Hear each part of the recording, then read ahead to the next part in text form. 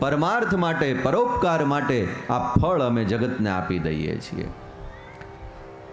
પરમાર્થની વાત કરે છે કે સરોવર તરુવર સંત જન અને ચોથા બરસે મેઘ, પરમારથ કે કારણે આ તો ચારો ધરિયા દે. સરોવર તરુવર સંત જન, સરોવર હોય પોતાનું પાણી ન પીવે પણ એના કાંઠે જે આવે ને એની તરસને છીપાવે છે. વૃક્ષ ફળ એનું પોતાનું ન ખાય પણ જગતને આપે. આકાશમાંથી વાદળ જે વરસે છે એ પોતાના માટે નથી વરસતું પણ જગતના કલ્યાણ માટે વરસે છે. નીતિ શતકની અંદર પણ કીધું છે,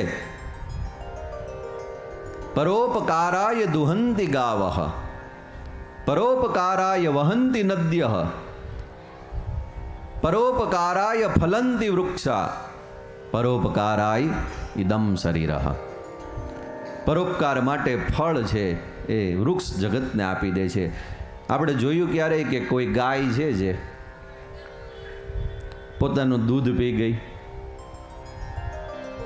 કોઈ ફળ છે વૃક્ષ પોતે ખાઈ ગયું, કોઈ નદી હોય પોતાનું જળ પોતે ને પોતે પી ગઈ. આવું નથી દેખાતું. કારણ કે આ જગતની રચના જ્યારે ભગવાન કરે છે ત્યારે આવા કેટલાક તત્વ છે કે જેને પરમાર્થ માટે, પરોપકાર માટે એણે પ્રગટ કર્યા છે. માટે જ ગાય છે. એ જે ઝાડવા ફળ રે એ પોતાના નથી જોને ખાતા રે, એવું પુકારી એનો આત્મા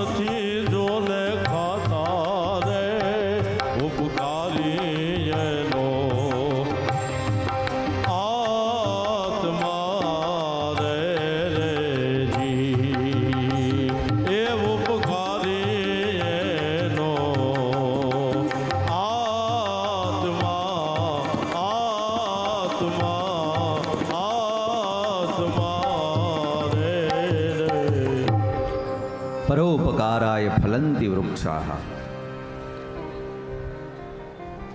ઝાડવાઓ વૃક્ષો આજે વ્યાસજીને કહે છે કે મહારાજ, આ ફળ અમારા સંતાન છે, પણ અમે જગતના કલ્યાણ માટે આપી દઈએ છીએ. આમ તો તમે જ્ઞાની મુનિ છો વ્યાસજી, તમને કઈ ઉપદેશ ન દેવાય અમારે, પણ દીકરો તમારો સુખદેવ એવો છે, તમારા ઘરે રહેશે તો તમારું કલ્યાણ થશે, પણ જો જાશે ને તો હજારો જીવોનું કલ્યાણ કરી નાખશે ઈ. અને માટે તમે એને જવા દો. હાવ સીધી સાદી સરળ વાત એટલી જ કે ગંગોત્રીથી જે ગંગા છે એ પ્રગટ થાય. આપણે 4 ધામની યાત્રા કરવા જઈએ ને, બદ્રીનાથ, કેદારનાથ, ગંગોત્રી ને યમનોત્રી, એમાં આખીરી શિખર એટલે ગંગોત્રી, ગંગાજી ન્યાથી નીકળ્યા. હવે માનો કે ગંગાજી એટલામાં જ રહ્યા હોત તો ગંગોત્રીની આજુબાજુ એટલામાં જ, તો આપણે જ્યારે ગંગા સ્નાન કરવું હોત ને તો પછી બદ્રીનાથ, કેદારનાથ, ગંગોત્રી ને યમનોત્રી ન્યા ઠેઠ જવું પડત. પણ એ ગંગાજી ન્યાથી વહેતા વહેતા અનેક પ્રદેશોની અંદર આવ્યા ને પરિણામે આપણે અહીંયા હરિદ્વાર અંદર જઈએ ને તો એ ગંગાનું સ્નાન થઈ જાય છે. એવું જ નર્મદા માટે અમરકંટકથી નીકળે, એટલામાં જ રહ્યા હોત તો નર્મદાનું સ્નાન કરવું હોય તો આપણે અમરકંટક મધ્યપ્રદેશમાં જવું પડે. પણ એ નર્મદાજી વહેતા વહેતા આ ગુજરાતની અંદર આવ્યા તો એના તટ ઉપર આપણે જઈએ તો સ્નાન થઈ જાય નર્મદાનું. આ દુનિયાનું કલ્યાણ કરવા વાળું કોઈ પણ વ્યક્તિત્વ જ્યારે આ પૃથ્વી ઉપર પ્રગટ થાય છે ને ત્યારે એની જે ઊંચાઈ છે ને એ જ્યાં હોય ને એ ઊંચાઈએ નથી રહેતું, એની ઊંચાઈને એ છોડી છોડી છોડી છોડી છોડી અને આપણે જ્યાં હોય ને આપણા સુધી આવે છે, આપણને ધન્ય કરવા માટે, આપણું કલ્યાણ કરવા માટે. એનું નામ જ અવતાર. અવતારનો એક અર્થ પણ એ જ બતાવવામાં આવ્યો છે કે ઉપરથી જે નીચે આવે છે જીવના કલ્યાણ માટે, અવતરતી સ અવતાર. ભગવાનનું મૂળ ધામ કયું તો કે વૈકુંઠ ધામ. એ ક્યાં છે તો કે ઉપર, પણ એ ભગવાન ઉપર ન રહ્યા, એ ઉપરથી અહીં નીચે પૃથ્વી ઉપર આવ્યા અને પરિણામે દુનિયાએ એને ઓળખ્યા અને આજ દ્વારિકાધીશના શરણે આપણે જઈએ છીએ. પણ ભગવાન ન્યા જ રહ્યા હોત તો આપણે ક્યાં જઈ શકવાના હતા ન્યા. એટલે કોઈ સંત હોય, ભગવંત હોય, મહાપુરુષ હોય, એની જે ઊંચાઈ હોય ને એ ઊંચાઈ છોડે છે કોના માટે? આપણા જેવા જીવો માટે. કે તમે મારા સુધી આવી નથી શકતા, કાંઈ વાંધો નહીં, હું તમારા સુધી આવું. તમે મને નથી ઓળખી શકતા, કાંઈ વાંધો નહીં, તમે મને ઓળખો એવો હું બની જાઉં. નતર ભગવાન તો બહુ અઘરા છે હો. 4 વેદ અને ઉપનિષદની અંદર ભગવાનને ગાવામાં આવ્યા છે.